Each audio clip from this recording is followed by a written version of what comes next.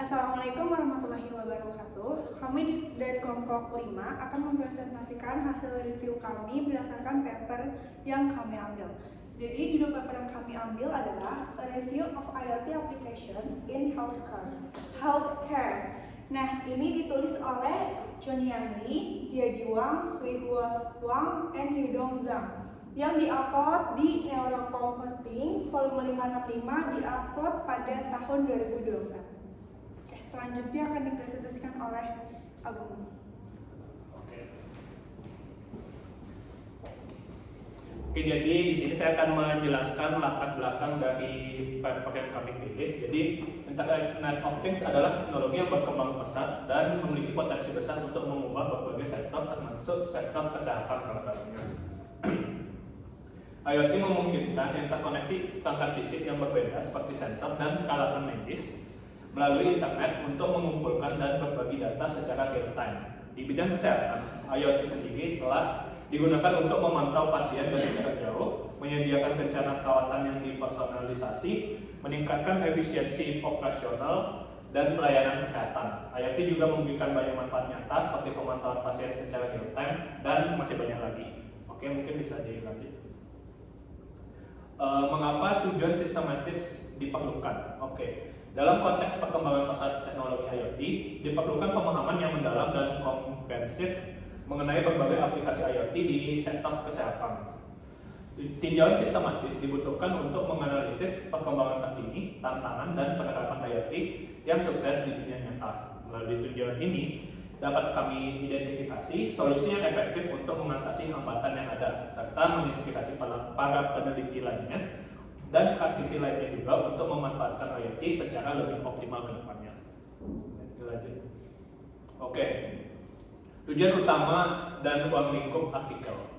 Tujuan dari tinjauan ini secara keseluruhan adalah untuk memberikan gambaran komprehensif tentang adopsi teknologi IoT dalam bidang kesehatan. Tinjauan ini berfokus pada penerapan nyata IoT dalam pemantauan pasien secara jarak jauh, kemudian pengobatan yang dipersonalisasi dan efisiensi pemberian layanan kesehatan. Kemudian untuk lingkupnya sendiri itu terdapat dalam dokumen ini itu lebih berfokus pada penerapan IoT-nya sendiri.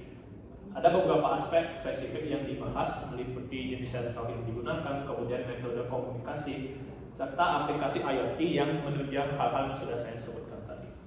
Oke, lanjut. Oke, ada strategi pencarian.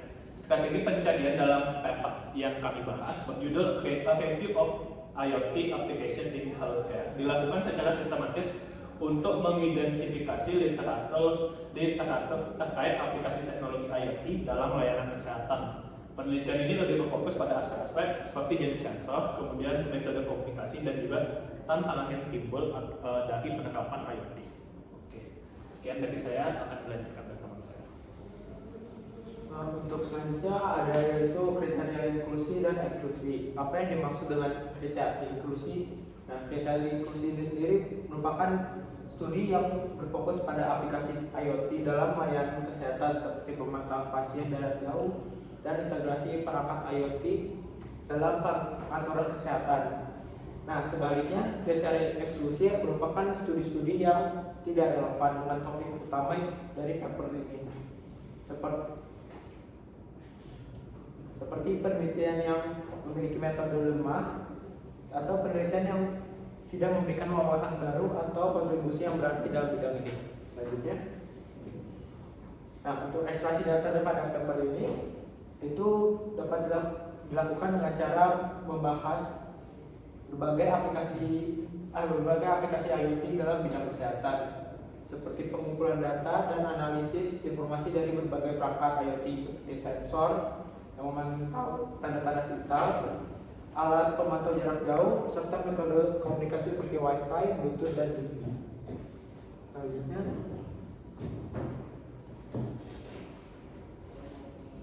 nah, penilaian kualitas sendiri pada paper ini tidak ada penjelasan untuk bagaimana cara peneliti menilai suatu metode yang digunakan. Tidak ada cara eksplisit yang digunakan. Nah, dalam paper ini lebih banyak membahas tentang aplikasi IoT dalam perawatan kesehatan dan pengembangan teknologi yang terkait, tetapi tidak memberikan rincian tentang proses evaluasi dari studi-studi yang dibahas.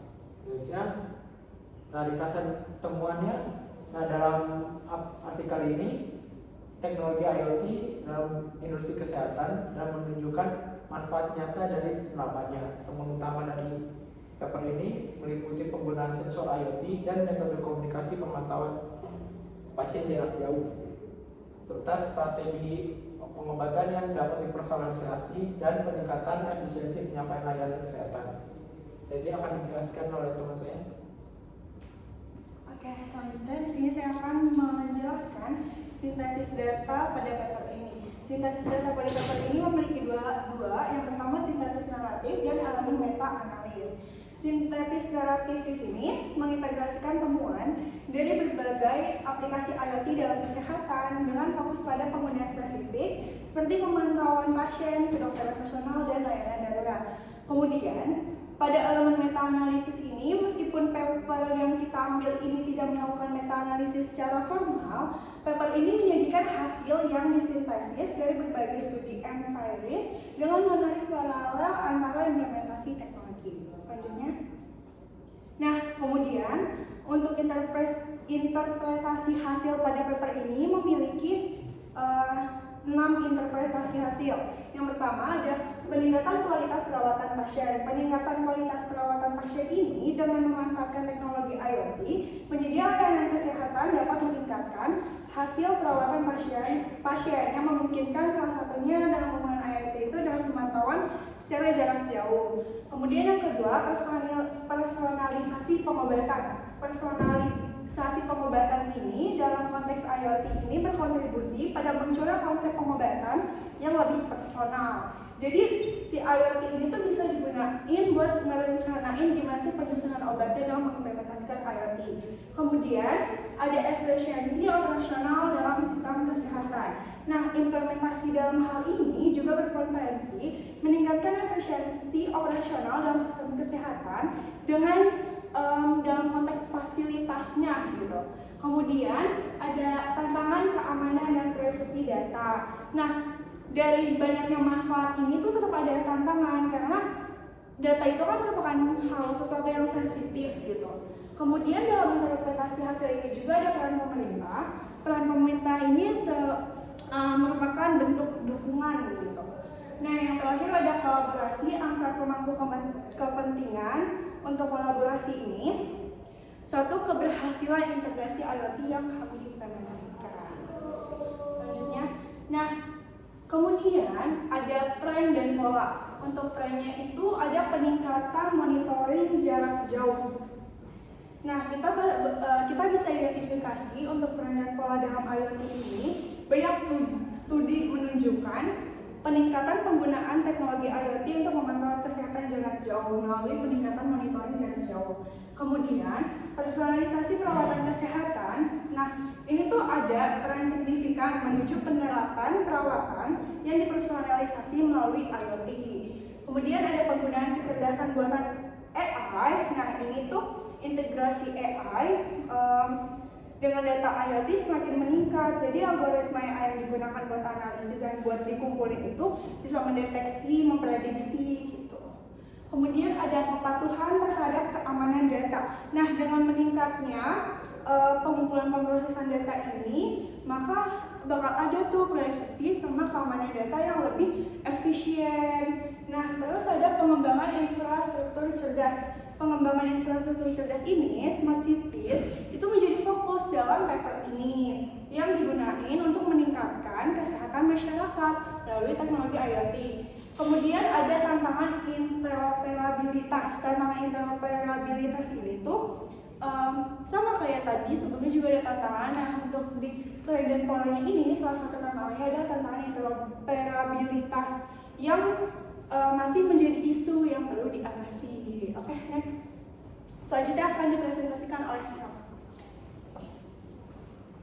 Oke, selanjutnya berdasarkan tinjauan dari paper A Review of IoT Application in Healthcare, kesenjangan dalam literatur itu ada 5. Yang pertama itu keamanan dan privasi data. Nah, pengembangan protokol keamanan dan teknologi yang meningkatkan privasi masih banyak tantangan yang melindungi data sensitif yang dihasilkan oleh perangkat IoT. Nah, selanjutnya itu yang kedua interoperabilitas, yaitu banyaknya perangkat IoT yang tidak dapat berkomunikasi satu sama lain dan efisien karena perbedaan dan standar protokol. Nah, yang ketiga itu ada regulasi dan standarisasi. Nah, regulasi dan standarisasi itu merupakan kebutuhan akan regulasi yang jelas dan standarnya untuk penggunaan IoT dalam kesehatan, dan ini juga masih menjadi tantangan dan penting untuk memastikan bahwa perangkat dapat terintegrasi secara lancar dengan sistem kesehatan yang ada dan untuk melindungi hak-hak pasiennya. Dan selanjutnya ada penelitian terapan. Nah, penelitian terapan itu ada kekurangan penelitian terapan yang menunjukkan bagaimana teknologi IoT dapat diimplementasikan secara nyata dalam konteks sistem kesehatan yang berbeda, terutama di negara berkembang maupun negara lainnya. Dan banyaknya juga studi yang bersifat teoritis yang tidak dapat menawarkan solusi yang praktis untuk penerapan teknologi. Nah, selanjutnya itu ada edukasi dan kestandaran pengguna. Nah, edukasi dan kesadaran pengguna itu masih banyak kurangnya juga dalam pemahaman dan kesadaran di kalangan profesional kesehatan dan pasien mengenai penggunaan dan manfaat IoT. Selanjutnya, keterbatasan pada literatur tersebut itu ada 4. Yang pertama itu potensi bias. Nah, potensi bias ini merupakan tinjauan yang mungkin memiliki bias dalam pemilihan sumber atau publikasi yang dimasukkan dalam yang dapat mempengaruhi hasil dan kesimpulan yang dapat diambil. Nah, selanjutnya itu ada keterbatasan strategi pencarian. Nah, keterbatasan strategi pencarian ini merupakan metode pencarian yang digunakan untuk mengumpulkan literatur yang mungkin tidak mencakupi semua bias data atau sumber yang relevan. Nah, yang ketiga itu ada variasi dalam kualitas penelitian, yaitu merupakan penelitian yang ditinjau mungkin memiliki variasi dalam metodologi dan kualitas yang dapat mempengaruhi interpretasi data dan hasil yang keseluruhan. Dan tinjauan ini mungkin tidak dapat memberikan penilaian yang adil terhadap semua studi yang ada. Nah, yang terakhir itu merupakan aspek terkini yang terlewat. Nah, aspek terkini yang terlewat itu merupakan perkembangan teknologi IoT dan aplikasi kesehatan, beberapa tren dan inovasi yang terbaru yang mungkin tidak tercukupi dalam tinjauan ini yang bisa mengakibatkan kesenjangan dalam pemahaman tentang keberadaan terkini dari aplikasi IoT dalam kesehatan. Selanjutnya itu ada kesimpulan. Nah, paper ini tuh membahas potensi IoT dalam sektor kesehatan termasuk pemantauan real time dan pengumpulan data atau medis menggunakan sensor, cloud, dan blockchain. Dan aplikasi IoT ini meliputi pengawasan hasil jarak jauh dan pengobatan yang personalisasi dengan tantangan utama seperti privasi, keamanan data, dan interoperabilitas. Nah, solusi seperti peningkatan keamanan dan dukungan pemerintahan diperlukan untuk optimalisasi IoT dengan teknologi seperti 5G. IoT diprediksi akan terus berkembang dan kolaborasi antara berbagai pihak penting untuk mengatasi tantangan seperti memaksimalkan manfaatnya dalam perawatan kesehatan. Selanjutnya akan dijelaskan oleh teman saya yaitu Pak. Oke, saya akan mengajukan presentasi kawan saya. Jadi di sini adalah saran yang dapat dilihat dari paper. Yang pertama itu adalah integrasi dan interoperabilitas. Diperlukan pengembangan protokol standar antar muka yang memfasilitasi interoperabilitas antara perangkat IoT. Yang kedua di sini ada keamanan dan privasi data. Jadi organisasi kesehatan seperti rumah sakit itu diperlukan untuk menjaga privasi data-data pasiennya karena itu merupakan hal yang sangat penting. Yang ketiga adalah analisis data dan wawasan real time. Jadi kita diperlukan alat teknik analitis yang modern seperti machine learning untuk menggunakan data dan wawasan real time ini. Yang keempat adalah dukungan pemerintah. Pemerintah juga harus membuka mata untuk melihat sektor kesehatan ini. Contohnya dalam hal pendanaan. Terus yang kelima adalah pendidikan dan kesadaran. Jadi diperlukan wawasan kepada terutama pada murid-murid anak sekolahan ya mengenai pentingnya kesehatan dan juga sosialisasi yang perlu dilakukan di sekolah-sekolah.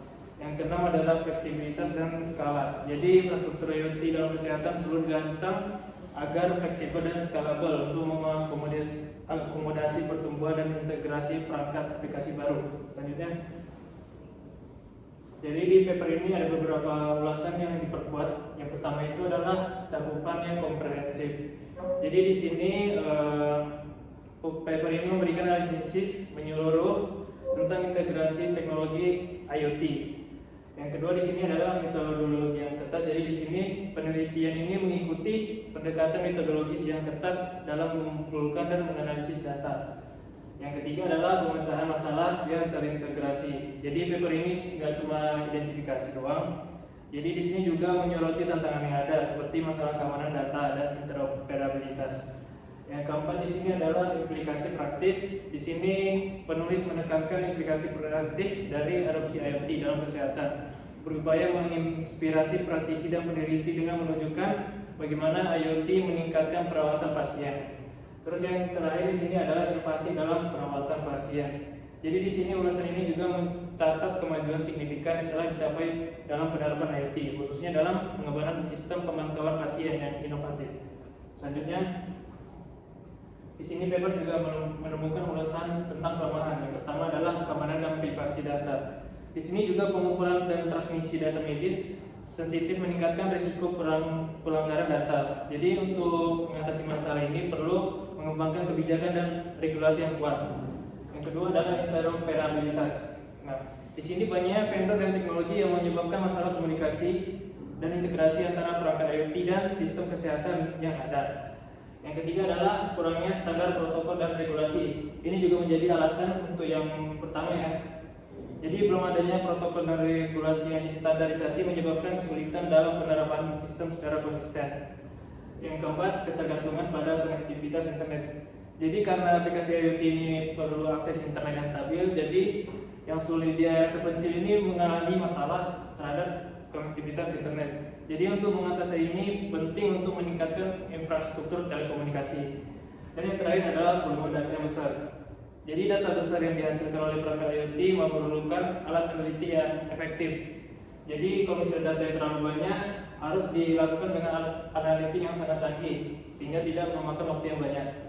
Next. Nah, untuk ulasan pribadi, jadi peran IoT dalam sektor kesehatan ini menunjukkan potensi atau peluang besar dalam mengubah cara layanan kesehatan yang diberikan, terutama melalui pengawasan pasien jarak jauh dan personalisasi perawatan. Tetapi refleksi yang muncul adalah bahwa kemajuan teknologi seperti IoT harus selalu diimbangi dengan perhatian serius terhadap aspek keamanan data dan privasi pasien. Dan selain itu, tantangan interoperabilitas dan standar regulasi yang belum konsisten menggarisbawahi pentingnya kolaborasi lintas sektor antara penyedia layanan kesehatan, pembuat kebijakan, dan juga pengembang teknologi. Oke, kurang lebih sekian presentasi yang kami presentasikan tadi. Kurang lebihnya mohon maaf. Wassalamualaikum warahmatullahi wabarakatuh.